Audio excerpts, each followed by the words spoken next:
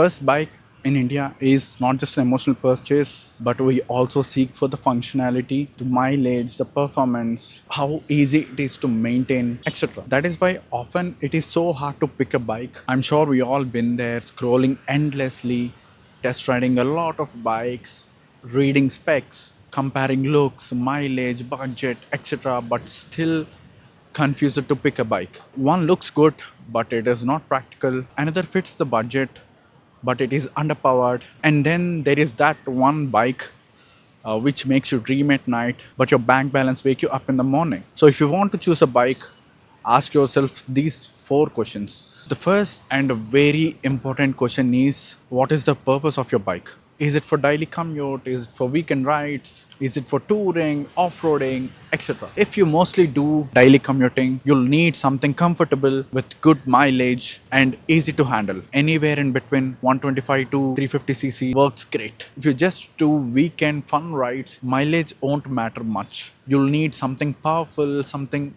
exciting to ride. If it is for touring, long ride trip, you'll need something that is comfortable with good suspension, and power matter a lot here. You need a machine that can carry you and maybe your luggage for hours without killing your back. Take me as an example. I love the Super Meteor 650. That is my favorite bike forever. But the mileage is not that great. I don't need that much power because I mostly do daily commuting. And honestly, it is way over my budget. That is why I went with Meteor 350. The power is sufficient, it is comfortable, the mileage is great, and it is easy to maintain. The second most important question is, what is your budget? We need to be realistic here. Don't buy a 3 lakh bike if you only have 30 to 50,000 for the down payment.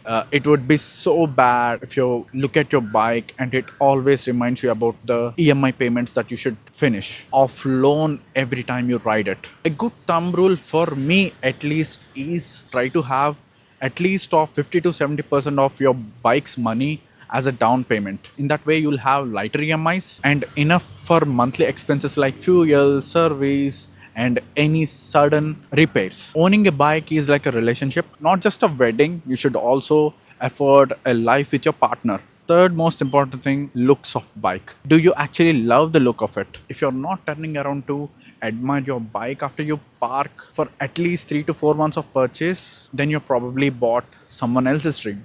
Make sure you love the bike, love the look of it, love the feel of it. When performance and comfort are similar across options, choose with your heart. For example, Meteor 350, Honda Highness 350, CB350 RS, these are all close on paper. But at the end of the day, which one makes you feel like that's my bike? That's one you should get to the home. Fourth important question is, can you maintain it? Maintaining isn't about servicing, it is about putting money, it is about putting time, it is about giving care to your bike.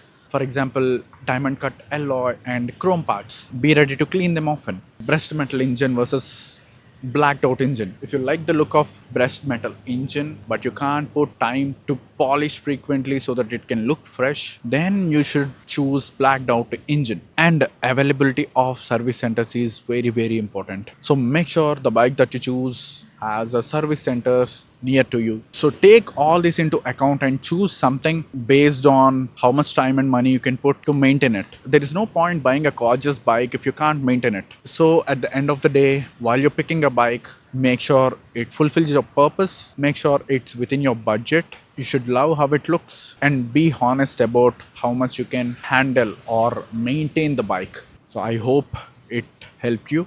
If you have any other doubts, let me know in the comments.